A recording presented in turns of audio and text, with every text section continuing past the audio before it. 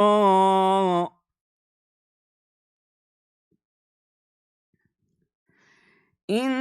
المسلمين والمسلمات والمؤمنين والمؤمنات والقانتين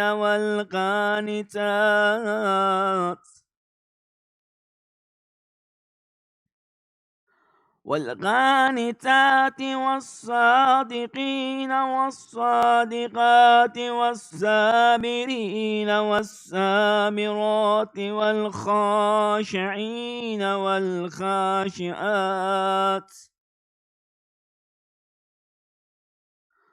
والخاشعات والمتصدقين والمتصدقات والصائمين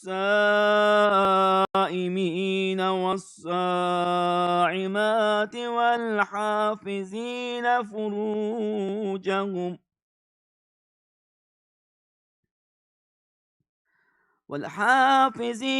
فروجهم والحافظات والذاكرين الله كثيرا والذاكرات أعد الله لهم مغفرة وأجرا عظيما.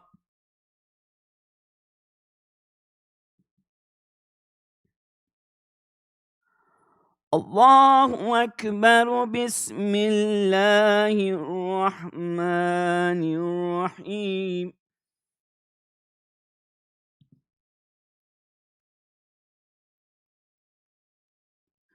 ذلك الذي يبشر الله عباده الذين آمنوا وعملوا الصالحات. قل لا أسألكم عليه أجرا إلا المودة في القربى ومن يقترف حسنة نزد له فيها حسنا إن الله غفور شكور.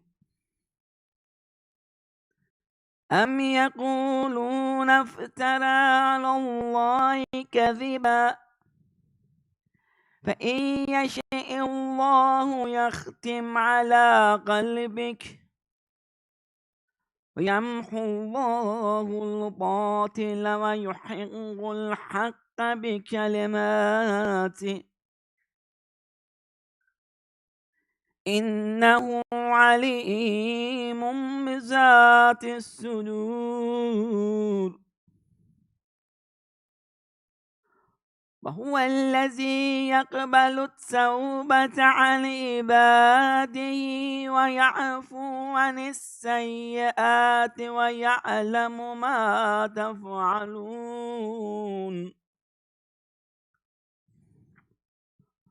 الله أكبر ولله الحمد. بسم الله الرحمن الرحيم.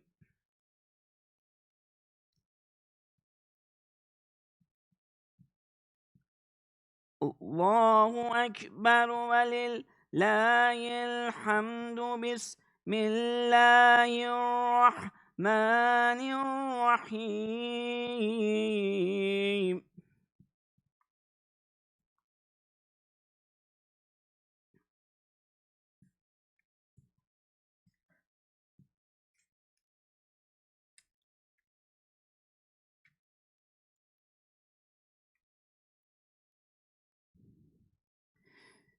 يا أيها الذين آمنوا لا تلهكم أموالكم ولا أولادكم عن ذكر الله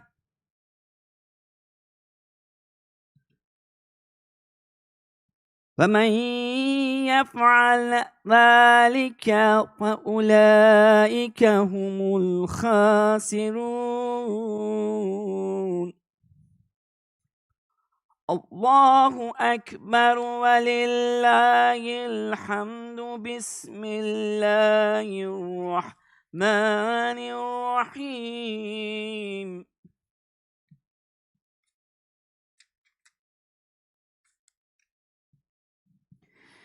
إنما المؤمنون إخوة فأصلحوا بين أخويكم واتقوا الله لعلكم ترحمون. يا أيها الذين آمنوا لا يسخر قوم من قوم عسى أن يكونوا خيرا منهم ولا نساء من نساء عسى أن يكن خيرا منهن ولا تلمزوا أنفسكم ولا تنابزوا بالألقاب ولا تلمزوا أنفسكم ولا تنابزوا بالألقاب بئس الاسم الفسوق بعد الإيمان ومن لم يتب فأولئك هم الظالمون. يا أيها الذين آمنوا اجتنبوا كثيرا من الظن إن بعض الظن يا أيها الذين آمنوا اجتنبوا كثيرا من الظن إن بعض الظن إثم ولا تجسسوا ولا يغتب بعضكم بعضا أيحب أحدكم أن يأكل لحم أخيه ميتا فكرهتموه واتقوا الله إن الله تواب رحيم. آمنا بالله صدق الله العلی العظیم. سلامتی آقام زمان و المرحومین صلوات.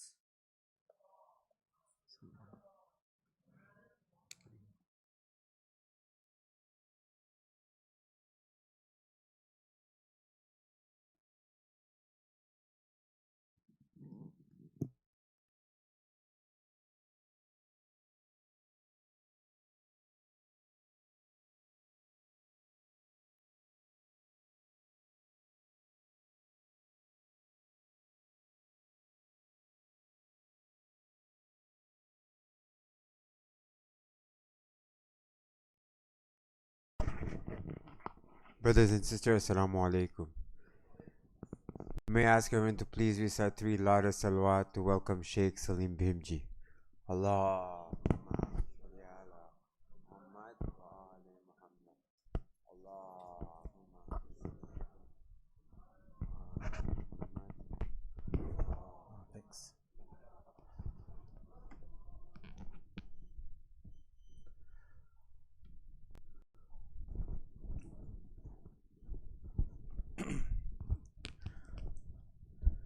As we begin this program for this evening, let's recite one Surah Al-Fatiha, asking Allah to give the thawab of the surah to all of our loved ones, our marhumin, from our family, our friends, our community members, the ulama, the shuhada. Surah Mubarakatul Fatiha.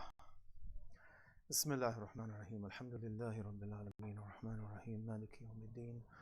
إياك نعبد وإياك نستعين اهدنا الصراط المستقيم صراط الذين أنعمت عليهم غير المغضوب عليهم ولا الضالين.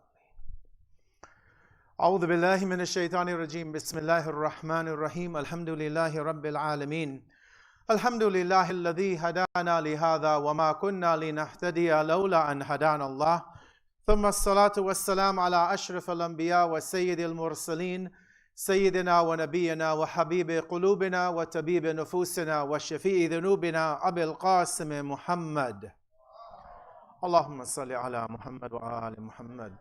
ثم الصلاة والسلام على أهل بيته الطيبين الطاهرين المعصومين المظلومين المنتجبين، لا سيما مولانا وسيدي صاحب العصر والزمان، روحي وأرواح العالمين له الفداء، وعجل الله تعالى فرجه الشريف، ولعنة دائمة على أعدائهم من الآن إلى قيام يوم الدين. أما بعد، رب اشرح لي صدري ويسر لي أمري واحلل عقدة من لساني يفقهوا قولي. For the hastening of the return of our 12th Imam, Imam al-Hujjah, one salawat upon Muhammad wa ali Muhammad.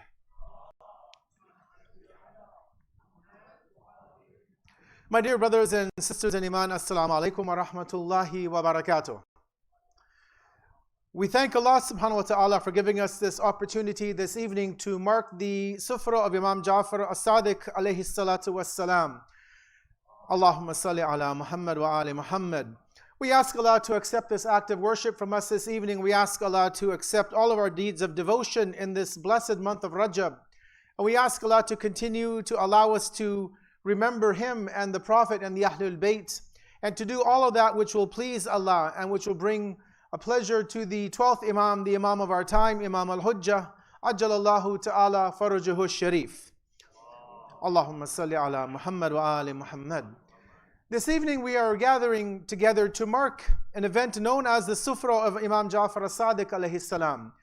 And so this evening, as we go through the topic for tonight, and hopefully the slideshow will come up on the screen, I have a specific topic I do want to reflect upon near to the end of our discussion.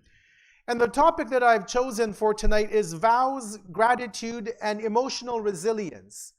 Understanding this concept of the nadhr, the vow that is a part of this event that we're marking tonight, and how that relates to us in our own personal daily lives when we come across difficulties and challenges. How do we resort to a vow, to making a nadhr to Allah? How does that relate to our own spiritual resilience of dealing with difficulties and challenges by turning to the only source that can relieve our difficulties, and that is only Allah subhanahu wa ta'ala. And how do we balance all of that with emotional resilience? The fortitude, the stamina, the ability to weather difficulties in our lives and to hopefully come out successful individuals. But before I go to that, I want to very briefly tonight touch upon the historical and the textual basis of the Sufro. Where does this concept come from? And I know that those who have been attending the Sufros for years and years from back home and here, you've probably heard hundreds and hundreds of anecdotes and historical discussions about where this concept of the Sufro comes. I want to touch upon that tonight for obviously the younger audience, the younger members of our audience who may not be fully accustomed to this concept of the Sufro of our 6th Imam, or the Sufro that is held in his honor. I want to touch upon that very briefly, and also look at the Islamic concept of a vow, of a nadhr, within our own personal lives. What is it? How does it work? What is the understanding or the philosophy behind it? And then once we complete these two areas, then I will go into the theme for this evening. With one salawat upon Muhammad wa ali Muhammad. So I want to begin tonight with the historical and textual basis of this Sufro. Where does this concept come from? Is it rooted in the Quran, the actual event that we're marking tonight? Is there hadith from the Prophet or from any of the Imams that speak about the Sufro of Imam Jaffer al-Sadiq alayhi salam? Is there historical basis? Are there historical textual evidences to draw this Sufro and give it a connection to the 6th Imam? So let me mention this at the outset, that most of us, the Shias that is from the subcontinent, from the India, Pakistan region, and as an extension, us as Khojas who have been distanced from our motherland by multiple generations, we tend to mark the 22nd of Rajab as this event of the Sufro of Imam Jaffer al-Sadiq alayhi salam. Now it's interesting that this date, the 22nd of Rajab, And the fact that as a community of followers of the Ahlul Bayt alayhimus salam, that we regard this as the Sufro of their sixth Imam. But it's interesting that it is not only the Shias that mark the 22nd of Rajab as the Sufro, to make food, traditionally, kheer and puri, some sweets and some other food, and feed believers. It's not something limited to only the Shia community. Actually, you can go back and find that even the Sunnis from the subcontinent, those who have not been tainted by the Wahhabi influence, even they traditionally and until today commemorate the 22nd of Rajab as an event. And they may even call it the Sufro for the sixth Imam, Imam Jaffer al-Sadiq alayhi salam. Obviously, they don't look at him as the sixth Imam as we do, but some of them do mark this day as well. Now, with that said, we know that going through the entire Quran, you will not find a single reference in the Quran for this particular event. And like many of the events that we commemorate, that we celebrate within our religious calendar, you don't find reference directly in the Quran. So 10th of Muharram, Ashura, that's not in the Quran, but yet Muslims globally commemorate it based on the events that the Prophet foretold through the knowledge given to him by Allah. We know that Eid al-Adha, Eid al-Fitr come. There's no specific reference in the Quran by name, but yet we know that the Prophet commemorated these 2 days of Eid. Eid al-Ghadir is not directly mentioned in the Quran, but we trace the celebration of Ghadir to the event of the final Hajj pilgrimage of the Prophet and the proclamation, one of the last outward proclamations of the Walaya of Amir al-Mu'mineen alayhi salam. But this 22nd of Rajab, if we were to scour the Quran, we would not find any reference to it. We were to go through the Hadith, you would not find a single reference to this event. If you go through the books of Islamic history, you would not find an event commemorated at the time of the 6th Imam or the 7th or the 8th all the way that says on the 22nd of Rajab, the mu'mineen should gather, should be in a festive mode, should have good food, should have sweets to eat. We won't find this within the literature of the books of hadith or the books of history.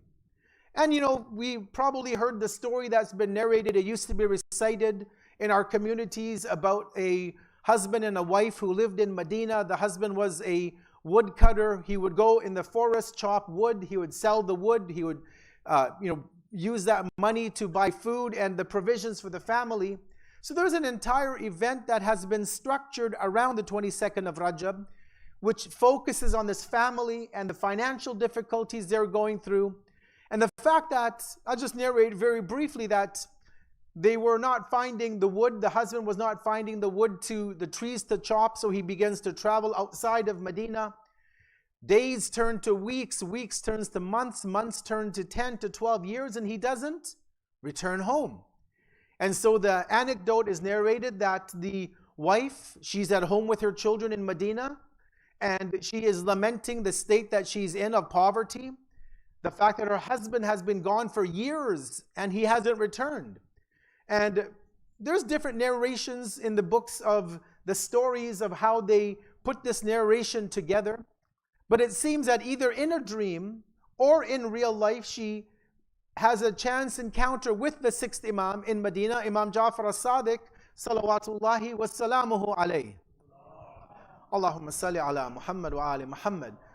She meets the Imam, he is told of the predicament, the situation the family is in, and then he suggests go and make some sweets. Obviously the books will narrate that the 6th Imam said go make some kheer and puri, although I don't think the 6th Imam would have said make kheer and puri. These are Indian concoctions, right? They're good, but I don't think the Imam talked about puri and kheer. But this is the story that we're told, that he said, make this and feed it to the believers, and inshallah your challenges will be alleviated.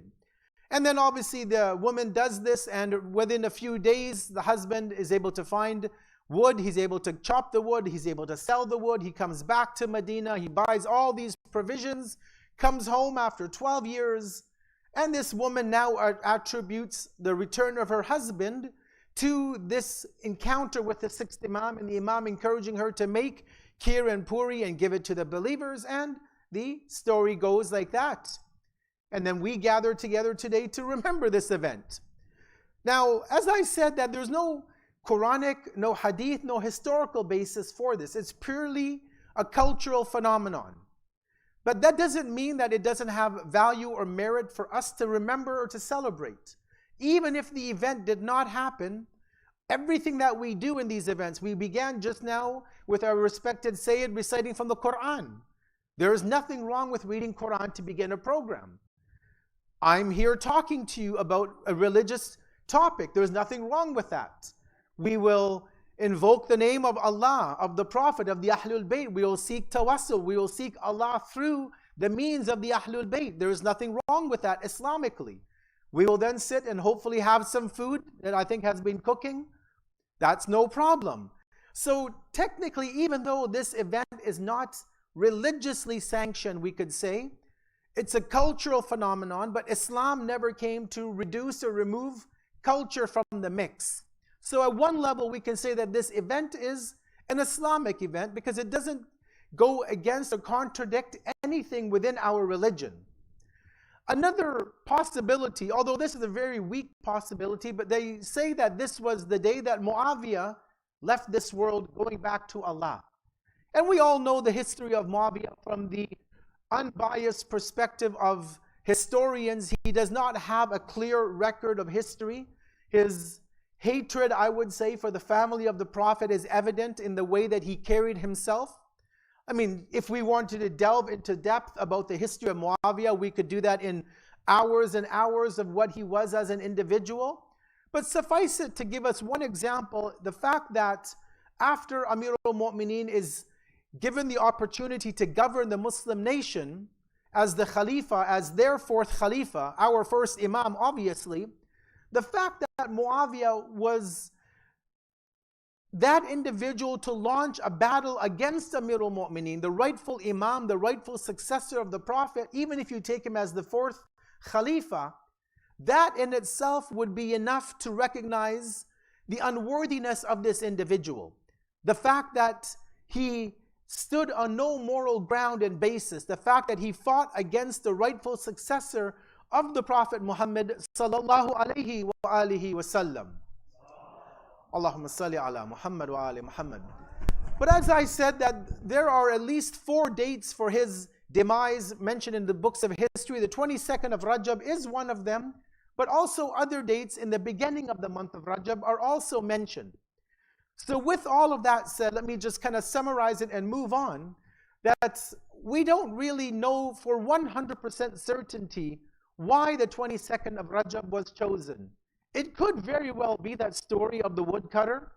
It could very well be the woman, the wife, getting guidance, inspiration from the 6th Imam of what to do, of making an oath to Allah, and she fulfilled it, and the fate of her life had either changed or that was the outcome, and so we commemorate that. Or maybe it was the last of the opinions, or the second of the opinions, which was the date of the demise of Muawiyah. And maybe because the community were not in a position to openly celebrate this event, it was done under the wraps, or under the disguise of another event. Whatever the case may be, we've gathered here tonight, and I just want to remind us of this event, that we do have, as I said, religious events, religious acts of worship which we commemorate. These are legislated by the religion, by the Quran, by the Prophet's Sunnah, by the conveyance by the Imams of Ahlul Bayt alayhimus salam. And we also have what I would deem or term to be local devotional customs. These are things that are culturally in one region perhaps. They're not in terms of the entire Muslim Ummah commemorated. They could be very localized events, but if they don't contradict religion, if they don't contradict the values and principles of Islam, then as this event tonight, there's no problem in commemorating it and marking it. But we do have to pay attention to that difference, that we have acts of worship, a'mal as we refer to them, that are mustahab. They're explicitly mentioned by the Prophet or the Imams, and we have textual support that are used to validate those. Those are at one level, those are one category.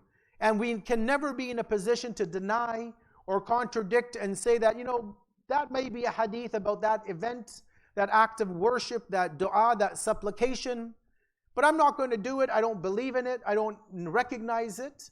No, once our senior scholars, once the mujtahideen have validated a particular act of worship for us, if we don't want to do it, that's fine, but we should never be in a position to contradict it or to talk bad about it. Those are established in the religion that the Prophet himself did, that act of worship, that prayer, that dua, that supplication, or other act of worship, or one of the Imams.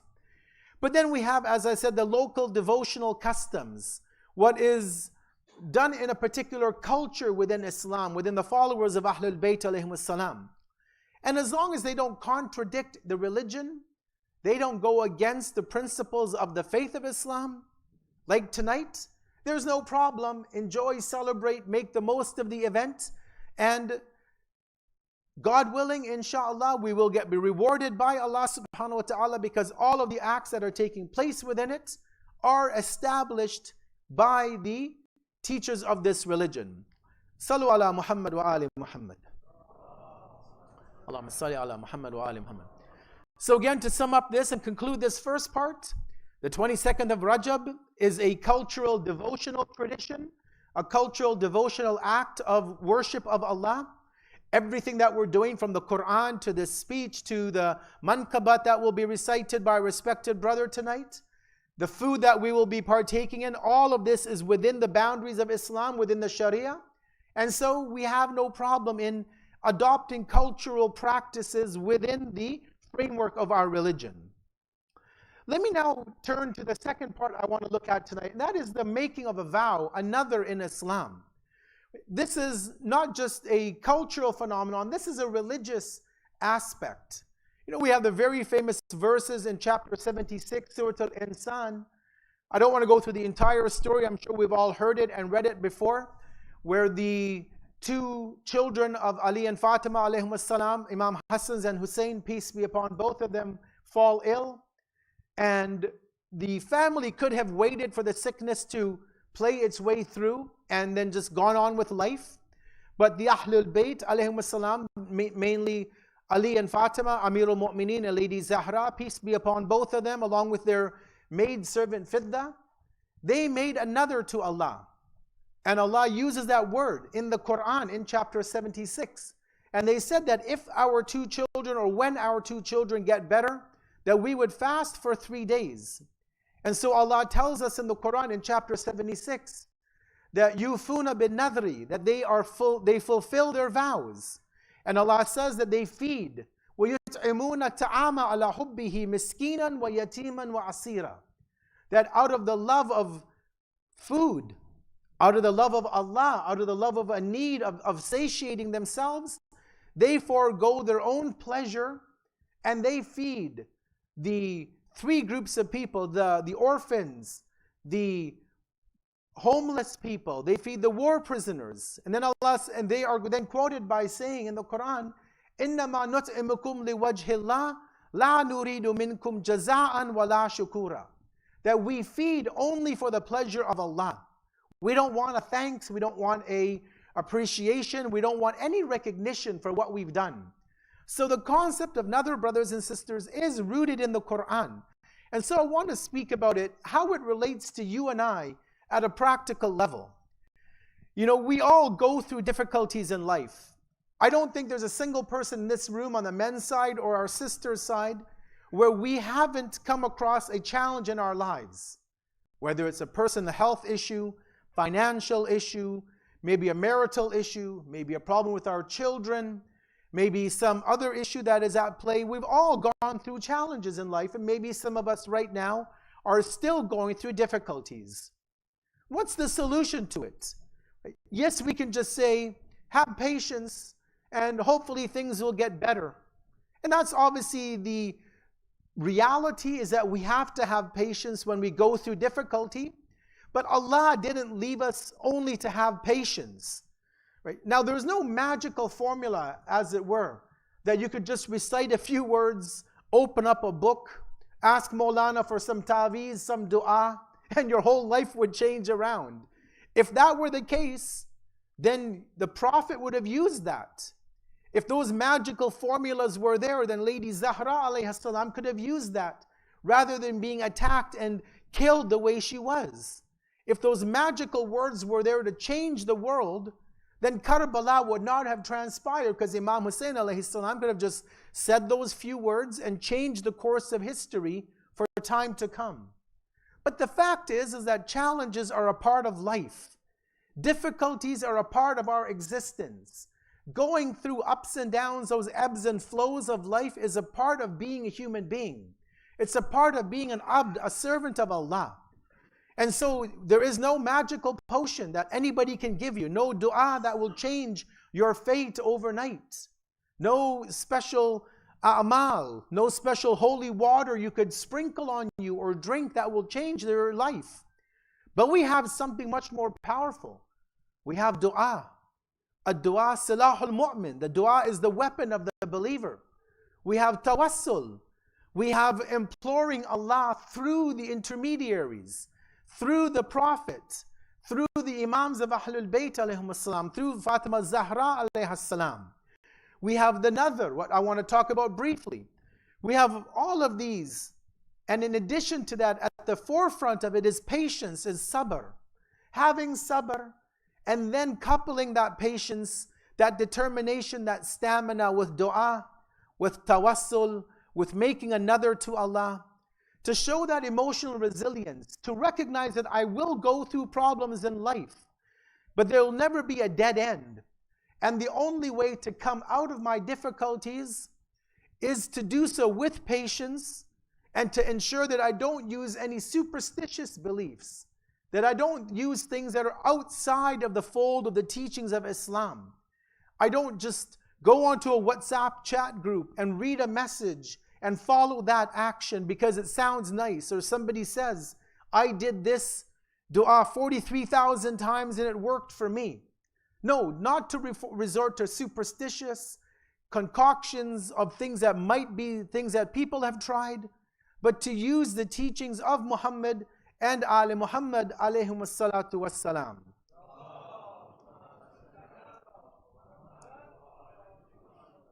And so when we look at the vow or the nadhr, I'll just give you one statement from His Eminence Ayatollah Sistani, may Allah preserve and protect him.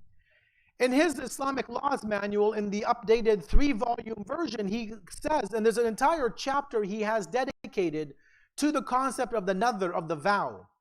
So it's a very in-depth, thick discussion. There's a particular methodology behind how you make a nadhr.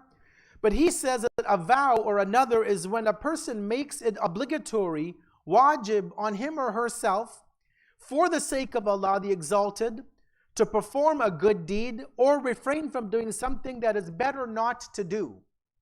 So a nadhr is something that I am doing voluntarily. Allah doesn't expect it from me. Allah doesn't benefit from it when I make that nadhr and I fulfill it. I have a need from Allah. I have a need, a pressing challenge in my life, let's say. And for the sake of Allah, I say I'm going to perform an act. I'm going to make a change in my life if and when that particular challenge is alleviated from me. And it's a pretty simple step. You know, you have an issue in your life. As I said, we all have problems that have not been resolved. It could be because there's a delay in the acceptance of our du'as. It could be that Allah has willed for me to go through a challenge for a week, a month, a year, 5 years. And we have to maybe wait that through. But we have an issue in our lives. Once we have that issue, we resolve, if we want to resolve it through another, we make the niyyah, we make the intention. And then we have to make what I refer to as a verbal declaration. I don't have to write it out or send a message to myself, but I have to verbally say that, Ya Allah, for your sake, for the sake of Allah, this and this is my issue, and if this is resolved or when this is resolved, I will perform X, Y, and Z. So I have to take the name of Allah. I can't say, by my mother's qabr, I promise to do this. By Abul Fadl Abbas, I'll do this action. It's a nice word to say, but it's not a nadhr. In the actual fiqhi sense of what a nadhr would be that I would have to fulfill. So if I say by Abul Fadl Abbas, I'll do this and this, it's nice to say, but it has no Shari basis to actually implement. But if I say by Allah, I say, Wallahi, when this happens, I will make a vow and I will do this and this, then that vow becomes an obligation to fulfill. And so I would, as a reminder to myself and all of you, I would say if you make a vow, you make another to Allah, make sure you write it down somewhere. Because if that vow gets fulfilled maybe in 3 months, 6 months, a year down the line, and I don't remember it, well, that is still an obligation on me to perform.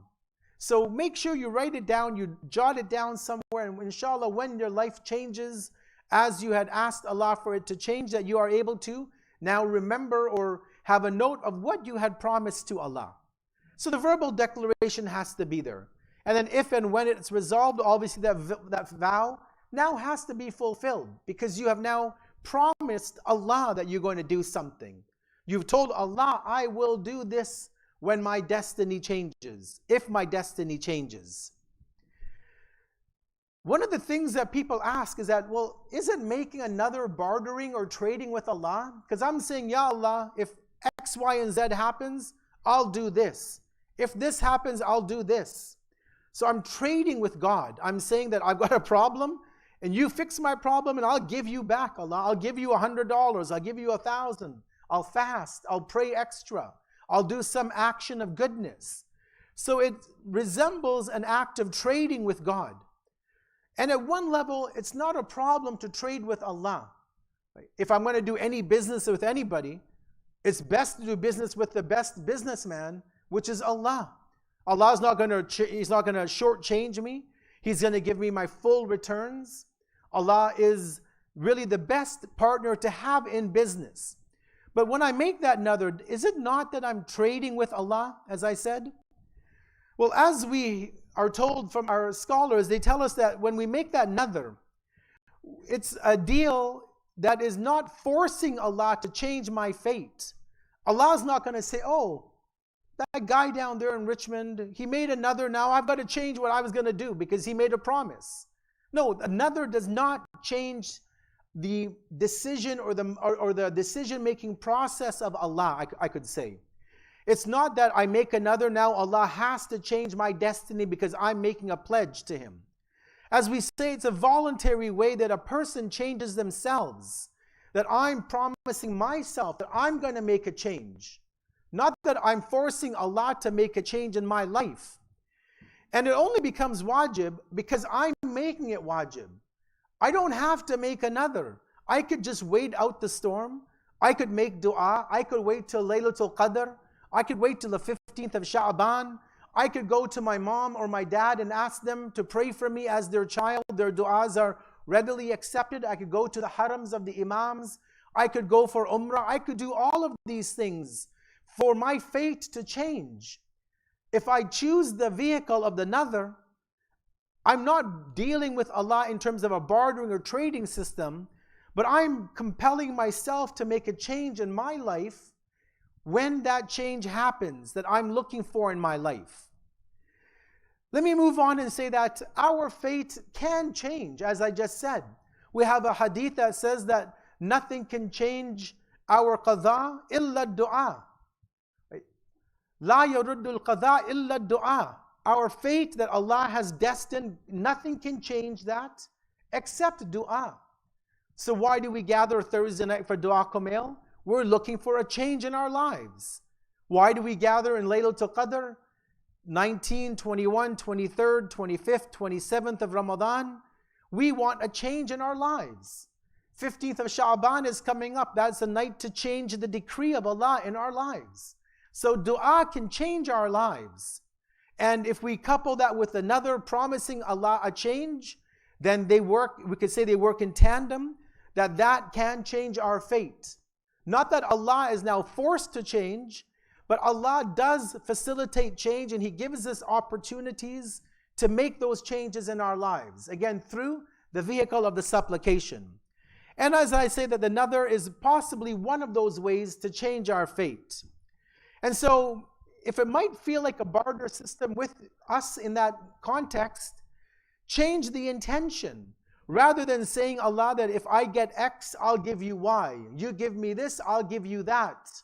Change our intention, change our mindset behind another, and say something like this, that, Ya Allah, if this happens, this change I'm looking for, if it comes in my life, then I promise you, Ya Allah, that I would commit my future self to becoming better. And I not only commit myself to becoming a better individual, but I'm going to do something concrete that will show that I have that love and devotion and sincerity and devotion to you, Allah, that I'm willing to change if my condition changes. Right? So it's no longer just a barter system, I give you, you give me. Right? It's that I want to change my life, I want to be helpful, I want to be a better believer, and hopefully that change of vision or change of perception of the another will begin to get us to change and understand that sometimes we have to go through difficulties. Sometimes those difficulties might take, as I said, weeks, months, years to accomplish, to realize. But ultimately, those challenges are there to make us stronger, to give us more resilience in the face of even greater challenges that may come in the future. I'll end with that. And just to remind ourselves that these nathars, especially the Sufro that we have of Imam Jaffer al-Sadiq alayhi salam, Allahumma salli ala Muhammad wa ali Muhammad, is not religiously founded in terms of textual sources, but it is a cultural phenomenon that is built upon the teachings of Islam, the teachings of the Quran. It's built upon going to the Ahlul Bayt alayhim salam, making tawassul to them, asking Allah through the intermediary of the Imams of the Ahlul Bayt, in our case the 6th Imam, that to change our fate. I have no doubt that all of us in this room tonight are coming with some hajat, some need, some challenge in our lives. And we just take a moment privately to ask Allah from the depth of our heart that, Ya Allah, I'm going through a particular challenge. Maybe physical, maybe spiritual, maybe family, maybe work-related, maybe financial-related, whatever it may be. Maybe we're looking at the plight of the Muslim Ummah out there in the world today, and we're seeing countries that are being attacked and countries that are fighting within, and we're making dua for them.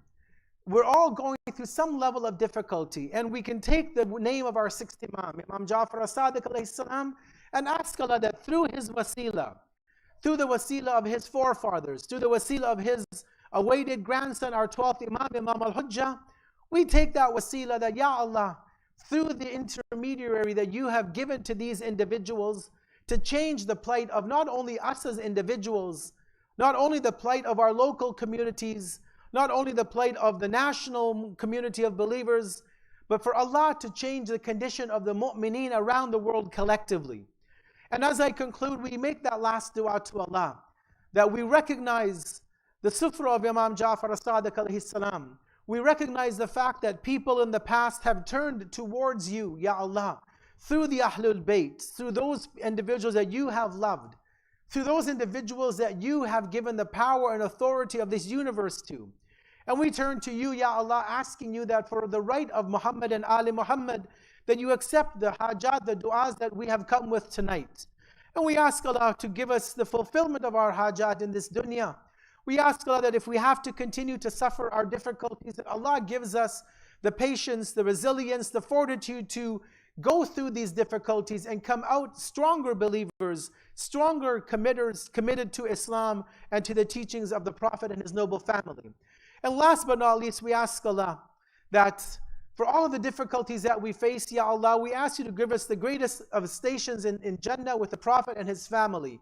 And we ask you, Ya Allah, that as we go through the Sufro of our 6th Imam in his honor, that you, Allah, help to alleviate the difficulties facing the Muslim Ummah around the world. And we ask Allah, last but not least, to hasten in the return of our 12th Imam, Imam al-Hujjah, Ajjalallahu ta'ala farajahu sharif. And we ask Allah to allow all of us to be amongst the helpers and the assistants and the supporters of our 12th Imam when he returns, to make about the justice of Allah on this earth, and to establish the kingdom of God upon this earth, and to establish a one world government under the banner of the Quran and under the banner of the Prophet and his noble family, alayhim wassalatu wassalam. Walhamdulillahi Rabbil Alameen. Let us conclude with one more Surah Al-Fatiha for the thawab of all of the marhumin. We have many community members who were with us last year on the Sufro who are no longer here. We have many empty chairs of those loved ones from our community who are no longer here with us today to celebrate in this joyous occasion. Let us remember all of our loved ones, our family, our friends, our community members, the ulama, the shuhada who have left this world defending the cause of the Prophet and his family with a Surah Mubarakatul Fatiha. But before that, one loud salawat upon Muhammad wa Ali Muhammad.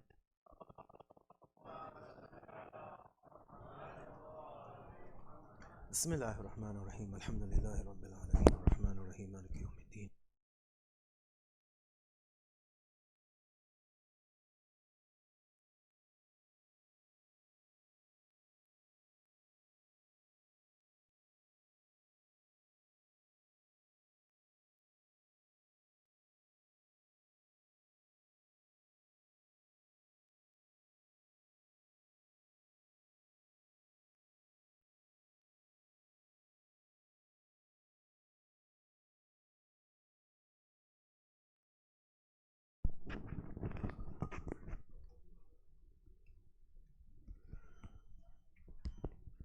Bar Muhammadin wa ali Muhammad salawat.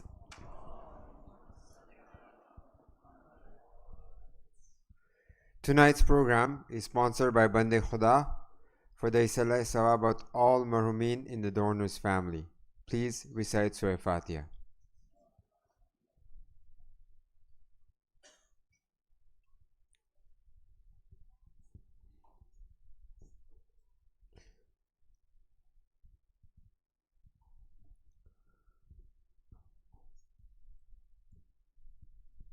Also, if I can ask everyone to recite Surah Fatiha for the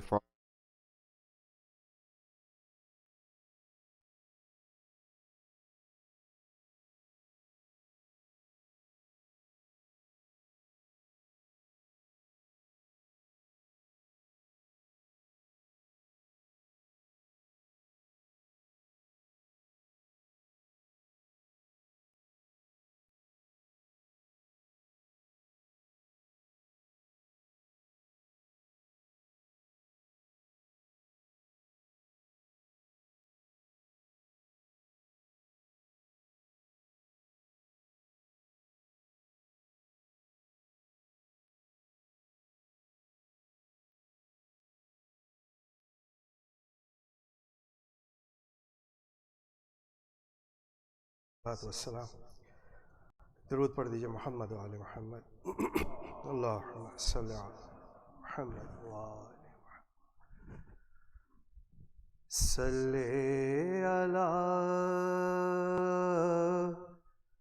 نبینا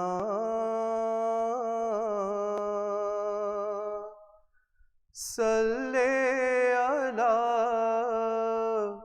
محمد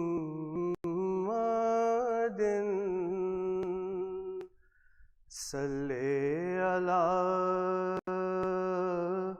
شفیعنا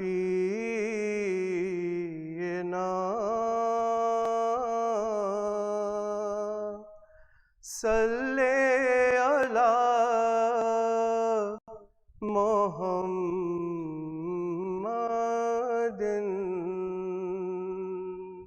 درود پڑھیے محمد و آل محمد.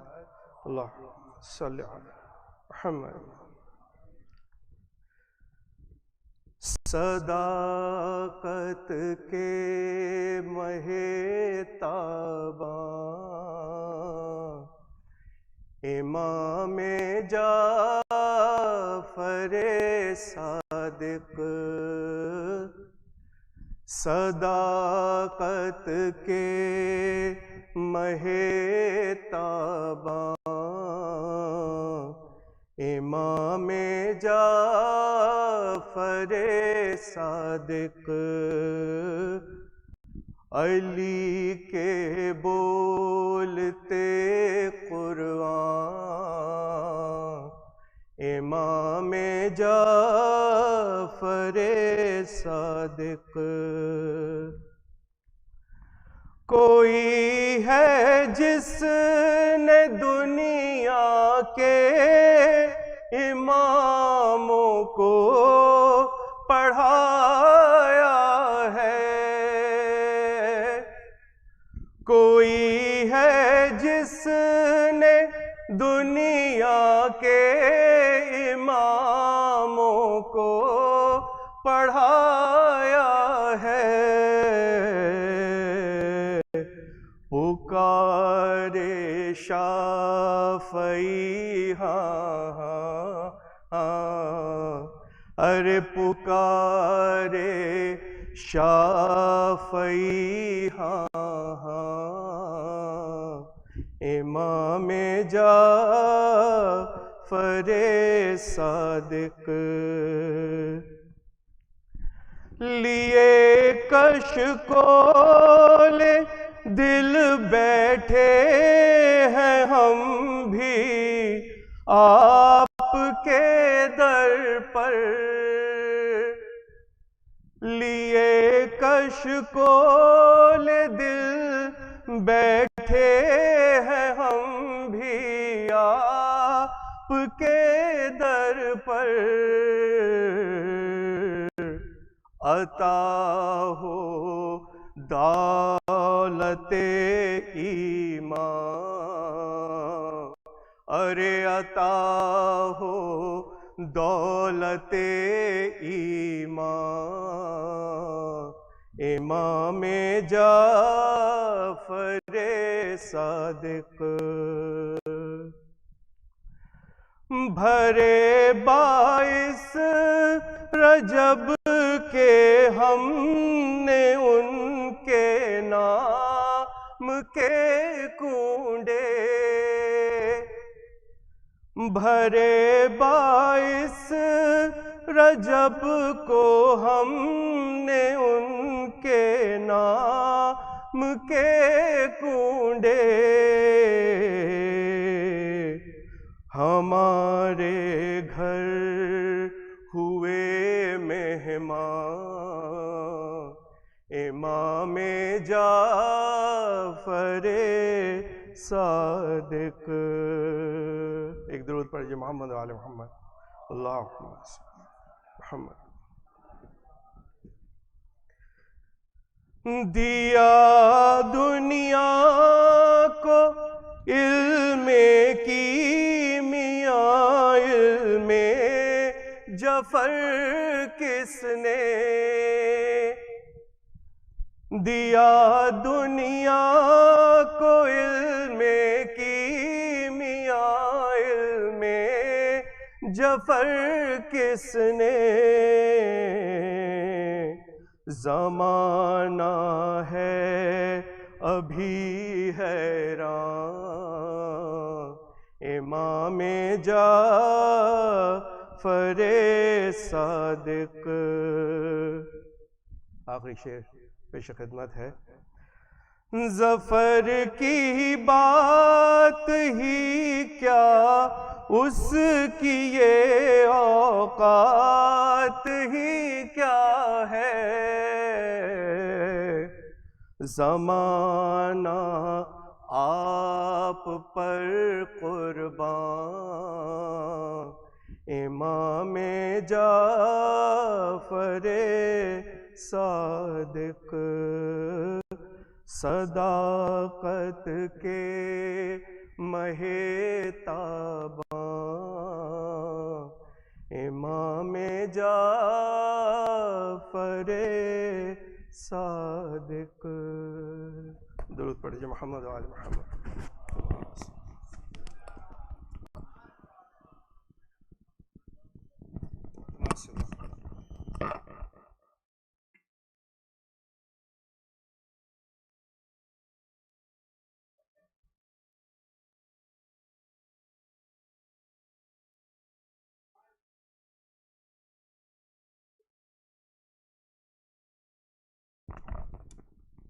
Thank you very much, Hassan Bhai. If I can ask everyone to raise for Ziyarat Salawat.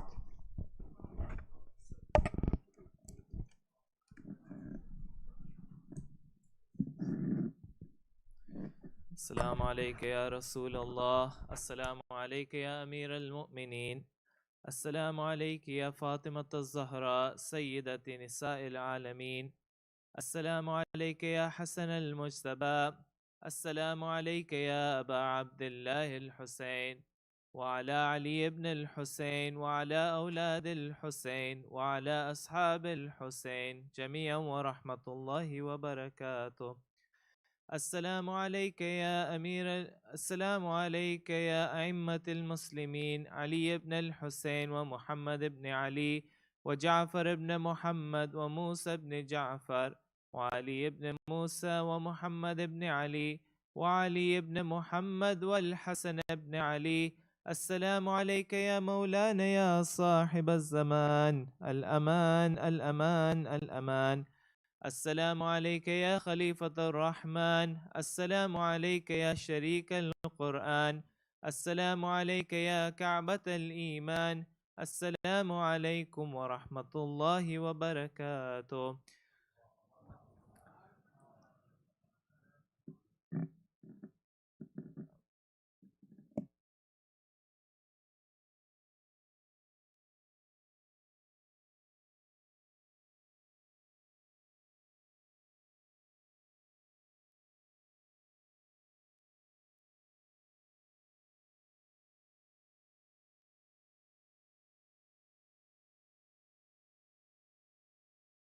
Brother and sister, if you can give us about 5 minutes to the volunteers, we're almost done setting up the gym. Thank you.